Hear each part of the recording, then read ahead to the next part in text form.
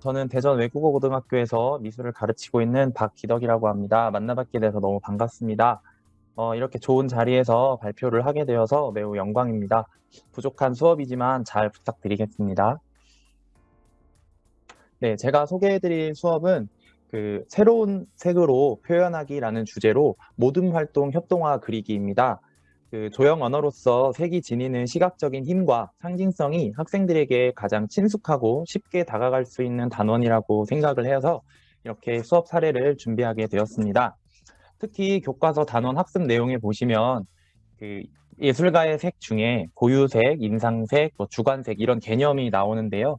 이 부분에 착안해서 주관색으로 대상의 그런 기존에 갖고 있는 고유색을 바꾸어 보는 활동으로 수업의 방향성을 설정해 보았습니다. 네, 그래서 보시면 수업 목표는 첫 번째로 다양한 채색 도구를 활용하여 협동 채색화 작품을 완성할 수 있다입니다.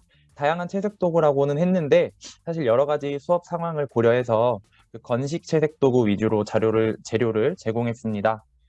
코로나 상황이 대전도 사실 얼마 전까지도 좀 심각했었거든요. 그래서 격주 등교가 지속되면서 대면 수업 시수가 코로나 이전 상황보다 많이 부족했습니다. 해서 습식 도구를 사용하면 아무래도 수업 전후로 재료 도구 준비에 많은 시간을 할애해야 한다는 점도 있고, 또 학생들이 언제든지 그림에 쉽게 접근할 수 있었으면 하는 마음이 있어서 주변에서 쉽게 구할 수 있고, 준비나 정리하는 것도 편하고, 또 제법 다양한 색깔을 낼 수 있어 표현에 제약이 없는 색연필을 주된 재료로 해서 협동화를 그리는 작업을 진행해 보았습니다. 그리고 두 번째는 그리고자 하는 대상을 주관색으로 재해석하여 표현할 수 있다입니다.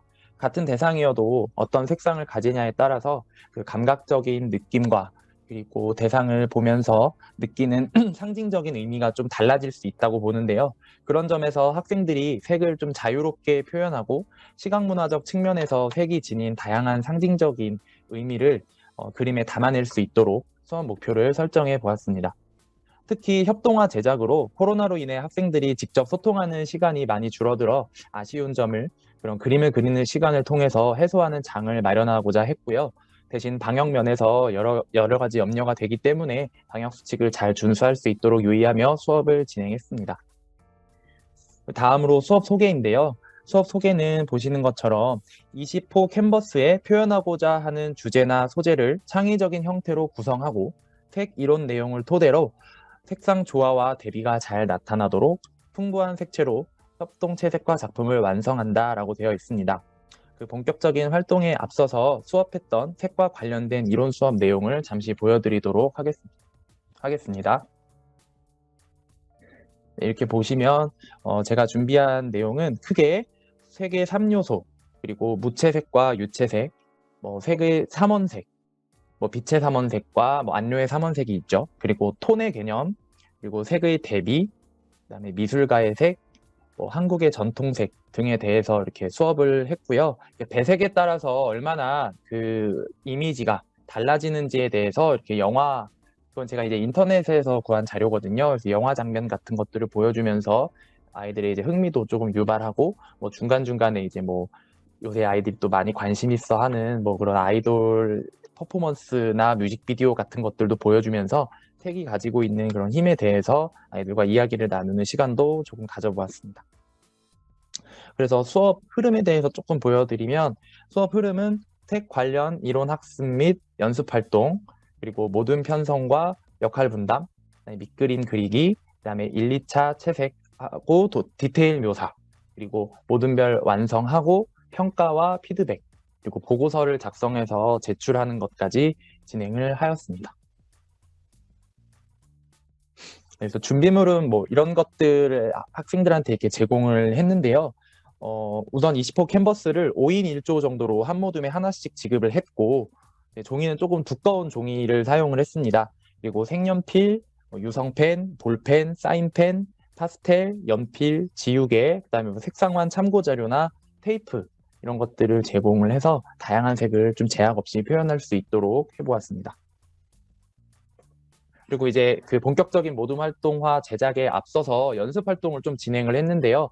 이제 학생들이 이렇게 기초에 대한 것들을 접할 시간이 많지 않고 또 전공하는 학생들이 아닌 그냥 공교육 현장에 있는 학생들이다 보니까 이게 좀 바로 제작 작업을 들어가는 것보다 뭐 약간 진단평가의 그런 개념으로 이렇게 학생들이 그라데이션 표현을 조금 해보고 본 작업에 들어가면 좋겠다라는 생각이 들어서 이렇게 활동지를 만들어서 색연필을 조금 감을 느낄 수 있도록 해보았습니다.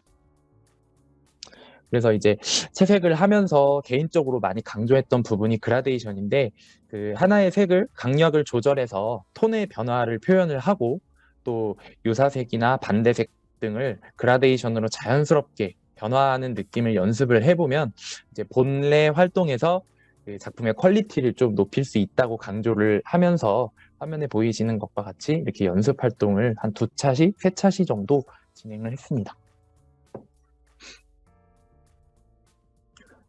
네, 이제 본 활동에 대해서 순서대로 소개를 해드리겠습니다. 첫 번째로 일단 모든 편성 및 역할 분담입니다.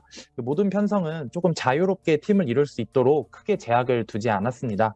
그리고 역할 분담은 뭐 어떤 한 학생이 하나의 역할을 계속해서 뭐 한다 이런 의미라기보다는 그 모든 활동에서 이제 여러 가지 역할들이 있을 수 있고 또 사소한 부분에서도 본인이 협력할 수 있는 부분이 있다는 점을 강조하기 위해서 만들었습니다. 뭐 색연필이 이제 빨리 칠을 하다 보면 좀 닳잖아요. 그래서 뭐 색연필을 뭐 깎아서 미리 준비를 해 놓는다던가 다음 시간에 같은 색을 쓰기 위해서 색연필 고유 번호 같은 것들을 뭐 미리 찍어 둔다던가 그다음에 뭐 종이 테이프를 미리 찢어 놓는다던가 뭐 그라데이션을 뭐 조금 능숙한 학생이 있으면 조금 어려워하는 학생한테 뭐 이렇게 일일 멘토처럼 이렇게 그림을 가르쳐 준다던가 뭐 그런 사소한 역할들을 할 수 있다는 거를 좀 알려주고 좀 다양하게 역할을 해볼 수 있도록 모둠 활동의 의미를 좀 되새기면서 강조를 했습니다. 그래서 결국 진행 과정에서 다양한 역할을 맡아서 해보며 완성에 이르기까지 여러 가지 역할을 경험할 수 있도록 이렇게 첫 번째 과정에서는 진행을 했습니다. 네, 다음으로 주제와 소재 정하기입니다. 제가 근무하고 있는 학교가 외국어 고등학교라는 점에 착안을 해서 주제를 어떻게 정할까 하다가 다양한 나라와 문화권의 시각적 상징물을 새로운 색으로 표현하는 것을 주제로 선정을 했습니다. 뭐 예를 들어서 이제 실제로도 이런 소재를 선택한 학생들이 있었는데요. 뭐 타지마할이라고 한다면 딱 떠오르는 그 타지마할의 고유색이 있잖아요. 약간 상아색 비슷한.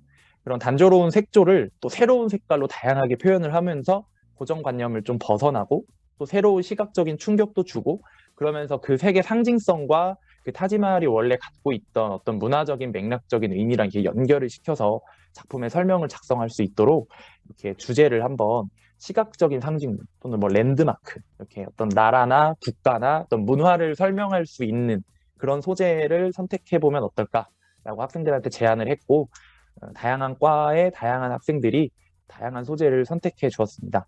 그래서 저희 대전외고는 영어과, 독일어과, 프랑스어과, 스페인어과, 중국어과, 일어과, 러시아어과 이렇게 7개 과가 있거든요. 그래서 학생들 본인들의 과와 관련돼 있거나 또는 관련돼 있지 않더라도 다른 문화권과 관련된 이미지들을 탐색을 해서 다양한 작품을 완성할 수 있었습니다. 그래서 내용을 보시면 다른 나라 또는 문화권의 시각적 상징물을 새로운 색으로 표현하고 색의 상징성을 살려서 역사적 가치나 사회문화적, 미적 가치를 표현하고 그리고 20호 캔버스 사이즈라는 거를 고려해서 그거에 맞게 그 소재를 배치하고 구성할 수 있도록 했습니다. 네, 다음으로 밑그림 그리기입니다. 학생들이 이제 20호 캔버스의 대상을 묘사해야 하다 보니까 조금 어려움이 있었어요. 아무래도 그림을 이렇게 전문적으로 배운 학생들이 아니다 보니까 인터넷 검색을 활용을 해서 표현하고자 하는 이미지를 찾아서 확대 인쇄를 해서 이게 캔버스에 대고 그리는 방식으로 대부분 진행을 했습니다. 물론 그렇지 않고 바로 이렇게 묘사를 해내는 그런 조언들도 있었지만 대부분의 학생들이 형태를 좀 정확하게 묘사를 하기 위해서 이렇게 종이를 대고 표현하는 방식으로 진행을 했습니다. 그러다 보니까 이제 참고 자료인 이미지를 검색하고 이거를 편집하는 그런 과정부터 좀 세심하게 이루어졌는데요. 이미지를 편집하고 수정하고 그 묘사하는 과정에 많은 시간을 할애하였습니다. 또 형태가 제대로 잡혀야 채색 과정에서도 완성의 방향성을 잃지 않을 수 있다는 점을 강조하면서 학생들이 조금 밑그림을 꼼꼼하게 그리도록 지도를 했습니다. 그리고 밑그림을 꼼꼼하게 그리는 과정에서 뭐 관찰력이라던가 묘사력이라던가 뭐 눈과 손의 협응력이라던가 이런 것들이 발달될 수 있기 때문에 그런 점을 좀 강조하면서 진행을 했습니다. 그래서 이 부분에서 좀 디테일이 많은 그런 소재를 고른 학생들은 조금 힘들어하는 모습도 많이 보이기도 했습니다. 다음으로 전체적인 배색을 정하는 순서인데요. 그 형태를 완성하고 나서 전체적인 색감을 미리 이렇게 정해서 색연필의 색상 번호도 조금 이렇게 체크해 놓고, 그리고 색의 상징성, 뭐 이 색을 쓰면 어떤 상징적인 의미가 부각될 수 있다, 뭐 이런 부분들에 대해서 계획을 조금 꼼꼼하게 세울 수 있도록 학생들한테 안내를 했고요. 그리고 자유로운 분위기에서 좀 다양한 창의적인 색감을 새로운 작품으로 표현해 보는 것을 강조를 했습니다.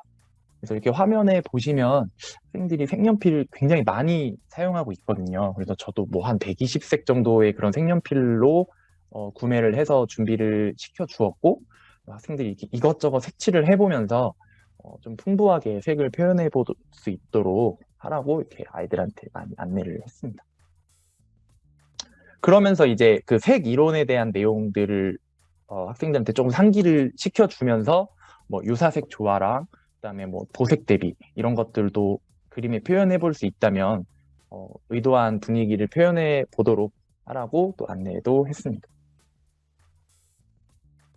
이제 본격적인 채색 단계인데요.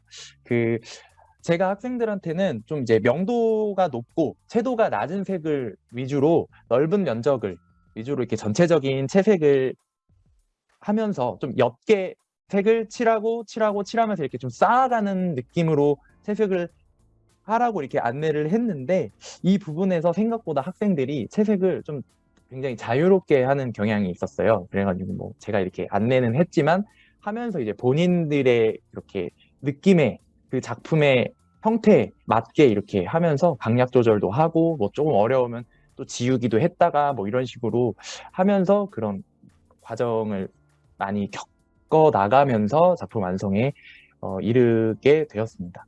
그래서 자신들의 방식대로 좀 채색을 많이 했고요. 그러면서도 뭐 그것대로 나름대로 의미가 있다고 생각을 해서 너무 많이 개입을 해서 제약을 두고 이러지는 않고, 그냥 본인들이 의도한 색깔이 어떤 상징성을 갖고 어떤 분위기를 표현하는 거에 있어서 잘 조화롭게 해나갈 수 있고 또 협동을 잘 하면서 이루어질 수 있도록 해라, 뭐 요 정도만 학생들한테 강조를 했습니다. 그래서 이제 그 화면에 보시면 아시겠지만 학생들이 좀 다양한 소재를 이렇게 표현을 잘 해주었어요. 그래서 성실하게 잘 해주어서 개인적으로 굉장히 보람이 있었습니다. 그리고 이제 2차 채색으로 좀 꼼꼼하게 색을 표현을 묘사를 하면서 이제 밀도, 완성도 뭐 이런 것들을 좀 채워나가는 그런 과정을 진행을 했습니다. 그리고 이제 선명한 색상을 위주로 사용을 하고, 또 열심히 그 본을 떠놓은 형태가 무너지지 않도록 학생들한테 이제 조금 꼼꼼하게 형태를 잘 봐가면서 묘사를 해라. 그래야 관찰력과 묘사력도 같이 함께 작품 완성에 또 중요한 요소로 자리할 수 있다. 뭐 이런 것들도 좀 강조를 했습니다.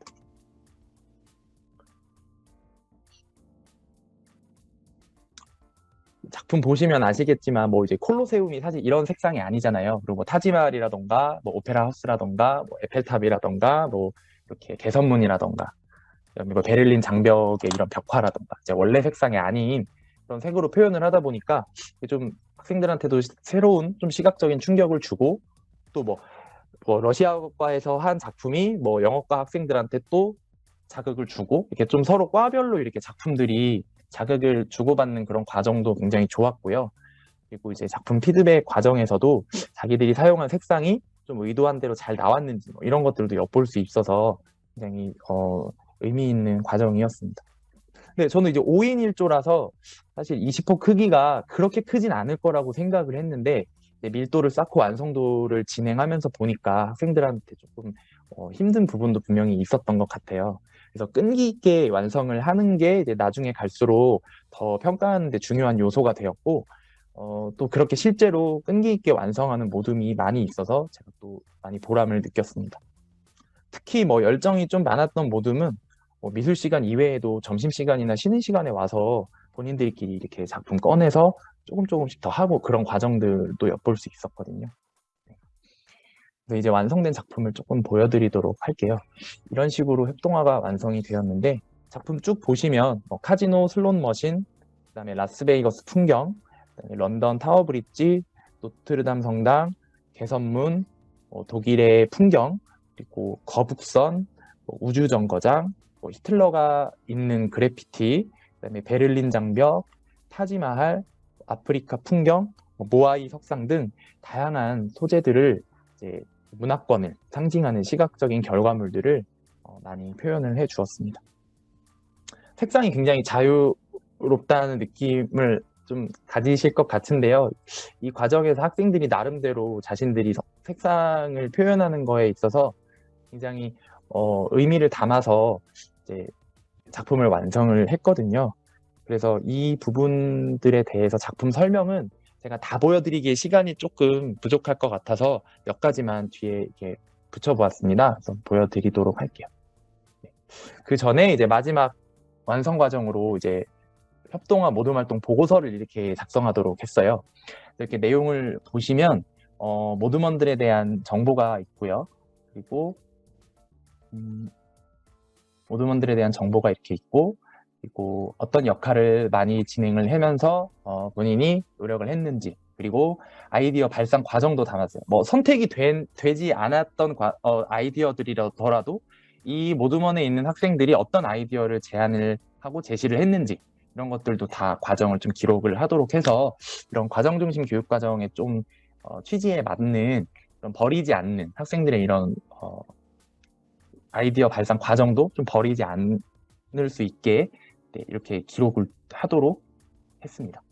그래서 뭐 작품명, 그다음에 이 소재를 고른 어떤 의도라던가, 그리고 작품의 조형적인 특징, 그리고 처음 계획했을 때랑 완성하고 나서 또 차이점은 어떤 부분들이 있는지 이런 것들도 작성을 하게 했고요. 그리고 이제 자기 평가랑 이렇게 동료 평가가 있어요. 그래서 자기는 이 과정을 진행하면서 본인 스스로는 어떤 것들을 열심히 했고 또 어떤 부분은 부족했는지, 그리고 동료들이 봤을 때는 또 이 친구가 뭐 어떻게 얼마나 노력을 하고 얼마나 참신한 아이디어를 보여주고 어떤 역할을 잘 수행했는지 이런 것들을 좀 꼼꼼하게 작성을 해보라고 했고요.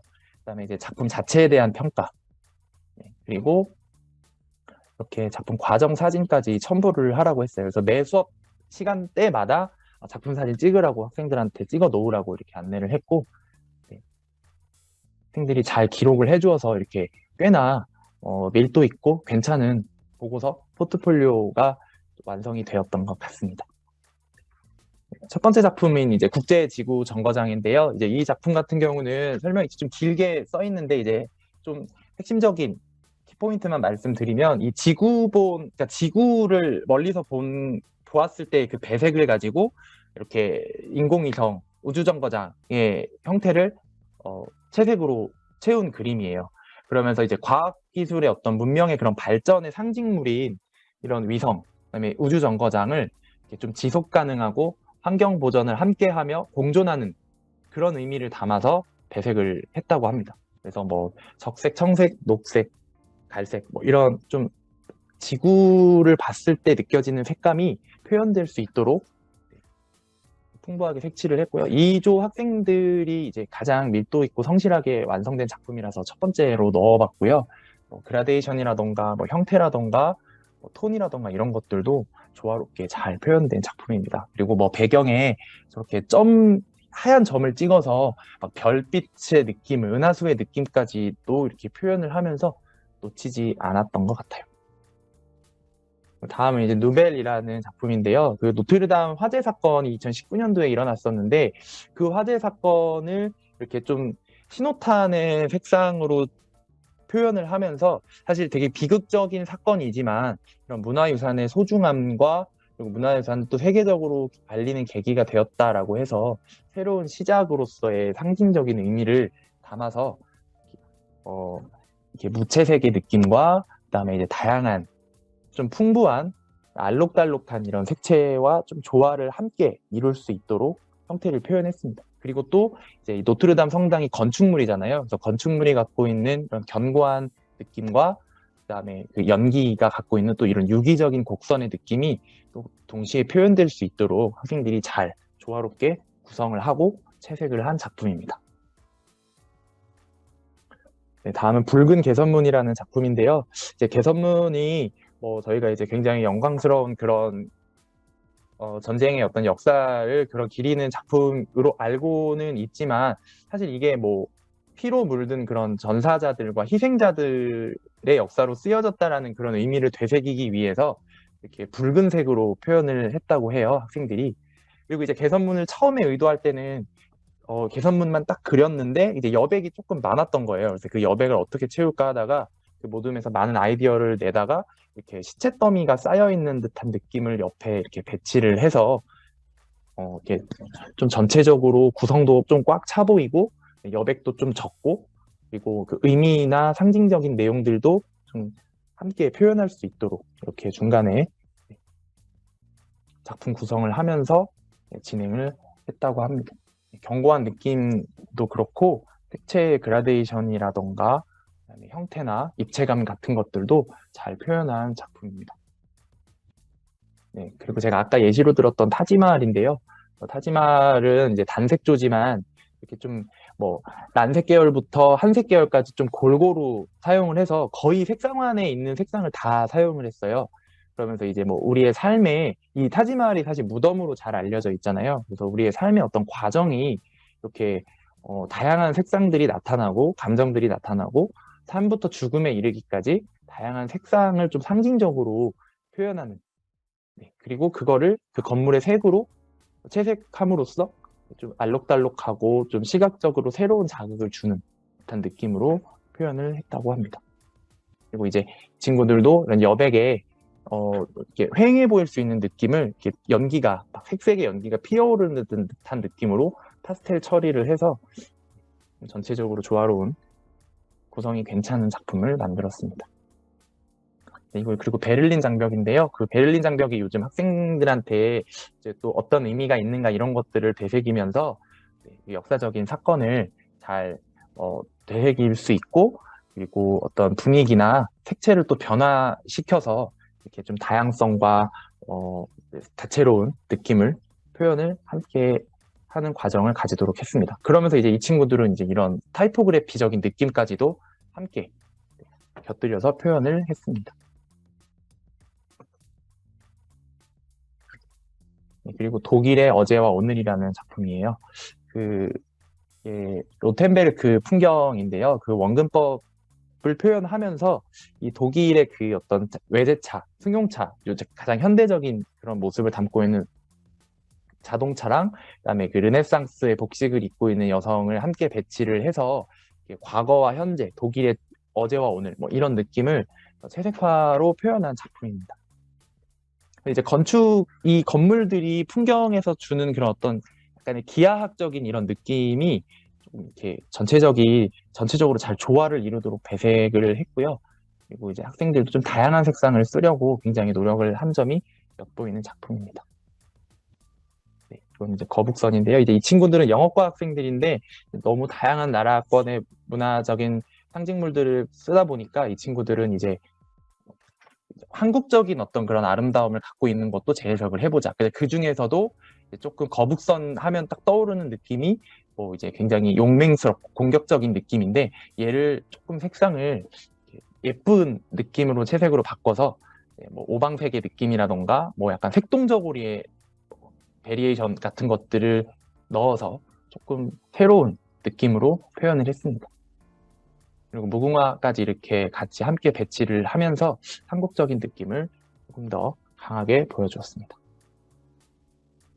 그래서 이제 이 배가 이제 물 위에서 하는 게 이제 떠다니는 게 아니라 이제 무궁화 꽃밭을 지나면서 우리 한국 문화와 한국의 어떤 역사가 앞으로는 꽃길을 걷기를 바란다 이런 의도도 좀 위트 있게 잘 표현을 한 것 같습니다.